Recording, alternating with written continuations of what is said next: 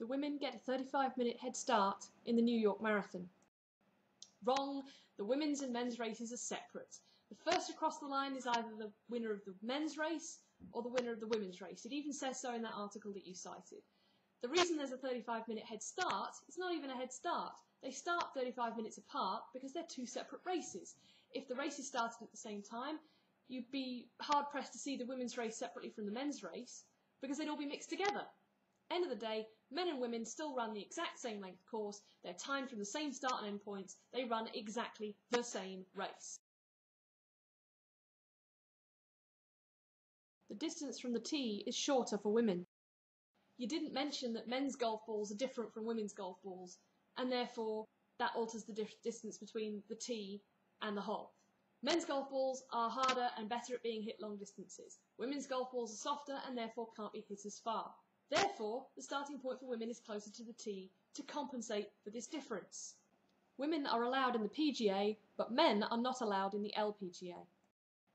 As far as I can tell, no man has ever applied to the LPGA. It's only because of significant pressure to allow women into the PGA that they're allowed in at all. And even now, have you seen how many golfers in the PGA are still men? The LPGA is probably still needed to get recognised. If the pressure actually existed for men to be allowed into the LPGA, maybe this argument might become relevant. Until that point, not really. When disasters happen and evacuations are required, the cry usually goes up for women and children first. Didn't you ever notice how the cry for women and children first is normally initiated by a man?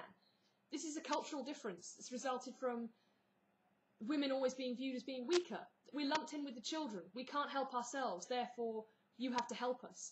It's something that's been happily endorsed by men for thousands of years. I don't see how you can bring this one up as an argument at all.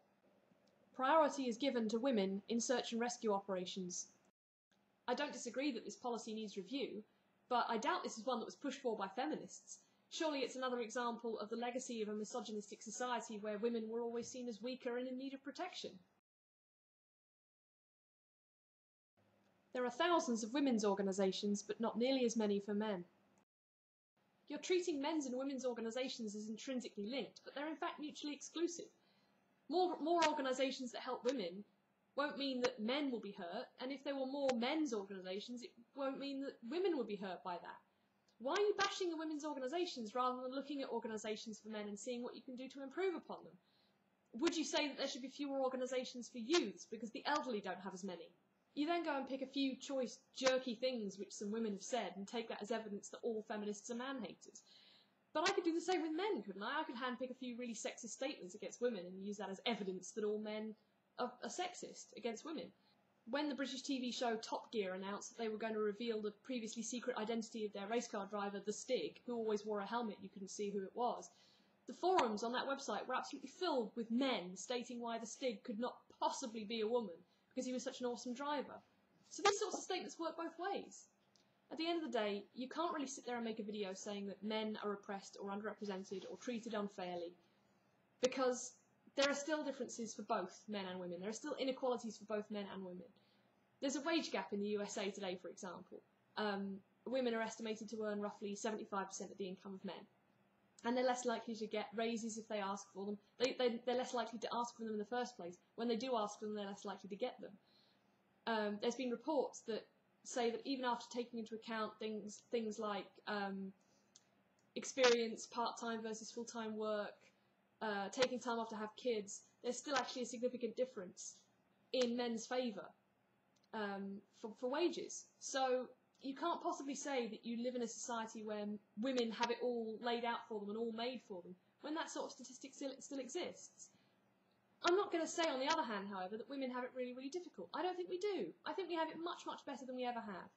And I think that men have had it better than they've ever had. There are still areas on both sides that need ironing out.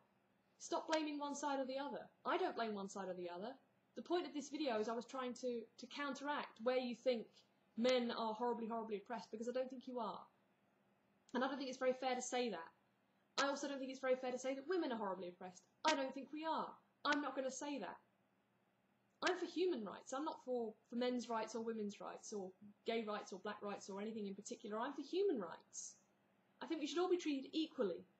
Anyway, I hope you found that interesting. Let me know what you think.